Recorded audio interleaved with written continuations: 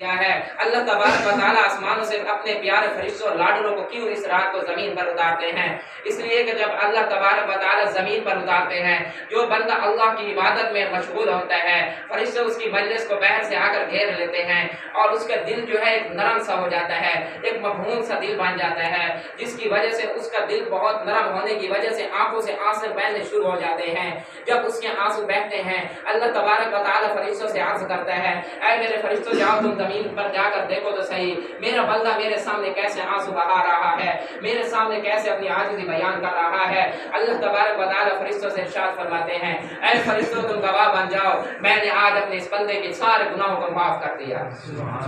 اور ساتھ یہ بھی فرمایا، جب اللہ تبارک و تعالیٰ میں اور آپ کو حضرت انسان کو پیدا کر رہے تھے، اس وقت فرشتوں نے اعتراض اٹھانا شروع کر دیے۔ اللہ تبارک و تعالیٰ نے فرمایا کہ انی جاعل فی الارض خلیفہ، اے میرے فرشتوں میں دنیا کے اندر ایک اپنا خلیفہ اور نائب بنانے کو جا رہا ہوں۔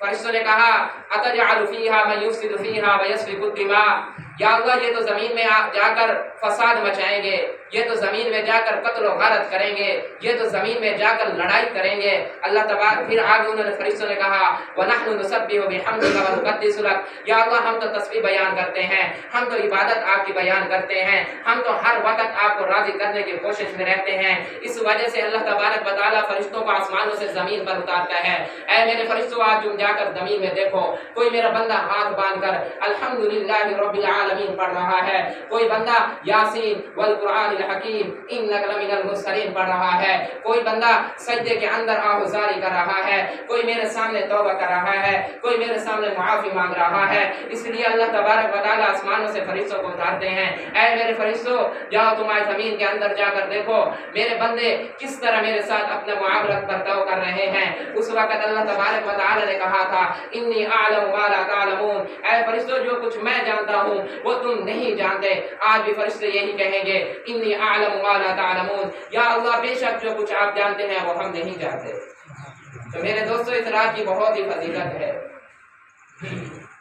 آگے اللہ تبارک و تعالیٰ نے فرمایا کہ حتی مطلع الفجر، یہ رات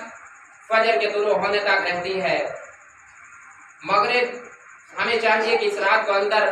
مغرب کی نماز جماعت کے ساتھ پڑھیں، عشاء کی نماز جماعت کے ساتھ پڑھیں، عشاء کے بعد کچھ اپنے دینی حلقے لگا لیں، پھر اس کے بعد تہجد پڑھیں، پھر اس کے بعد نماز جماعت کے ساتھ فجر کی نماز جماعت کے ساتھ ادا کریں، پھر اللہ کی عبادت میں لگ جائیں۔ فرمایا کہ جو لوگ ان طاق راتوں کے اندر یعنی 21، 23، 25 اور 27 اور 29 کی راتوں کو کسی رات میں بھی یہ نہیں تعین کی، کچھ علماء کرام یہ فرماتے ہیں 27 کی کہ کافی زیادہ انہوں نے 27 کو ترجیح دیا ہے، لیکن کوئی کسی رات کو ترجیح نہیں ہے، ساری راتیں اس کے اندر برابر ہیں۔ جتنی بھی طاق راتیں ہیں ان تمام طاق راتوں کے اندر ہمیں اللہ کے سامنے آوازاری کرنی چاہیے، اپنے غم اللہ کو سنانے چاہیے۔ میرے دوستو یہ رمضان المبارک کا مہینہ بہت قیمتی مہینہ ہے، یہ تو اللہ تبارک و تعالیٰ پہلے جتنی امتیں گزرتی تھیں ان کو بھی اللہ تبارک و تعالیٰ نے یہی مہینہ دیا، اور جب اللہ تبارک و تعالیٰ اپنے بندوں کو معاف کرنا چاہتے ہیں کبھی لیلۃ القدر دے دیتے ہیں، کبھی شب قدر دے دیتے ہیں،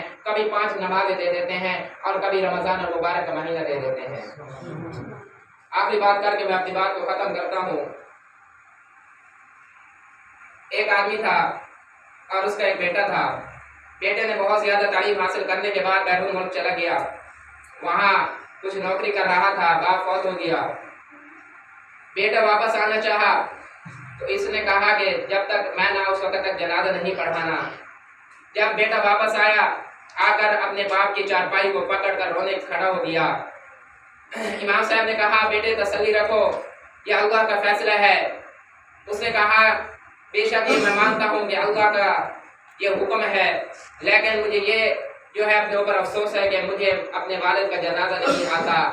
پھر اس وقت اس لڑکے نے یہ کہا کہ مجھے باپ نے PhD کی تعلیم تو دلوا دی، MBBS کی تعلیم تو دلوا دی، پوری دنیا کی ساری تعلیموں کو میرے اندر جمع تو کر دیا، لیکن ایک تعلیم نہیں دی، تو آج میں اپنے باپ کا جنازہ بھی نہیں پڑھ سکتا۔ اس وقت امام صاحب نے کہا کہ اے بیٹے اس میں آپ کا قصور نہیں ہے، اس میں آپ کے والد کا قصور ہے۔ اگر وہ آپ کو محلے کی مسجد میں 15 منٹ کے لیے بھی فجر کو بھیج دیتا تو آج آپ اپنے باپ کا جنازہ پڑھنے کے لیے ہوتے۔ اور میرے دوستو آج ہمارے معاشرے کے اندر سکول اور کالج اور یونیورسٹی کی تعلیم کو تعلیم سمجھا جاتا ہے، دینی تعلیم کو تعلیم ہی نہیں سمجھا جاتا۔ اے لوگوں، اپنی اولادوں کو تھوڑی سی کچھ نہ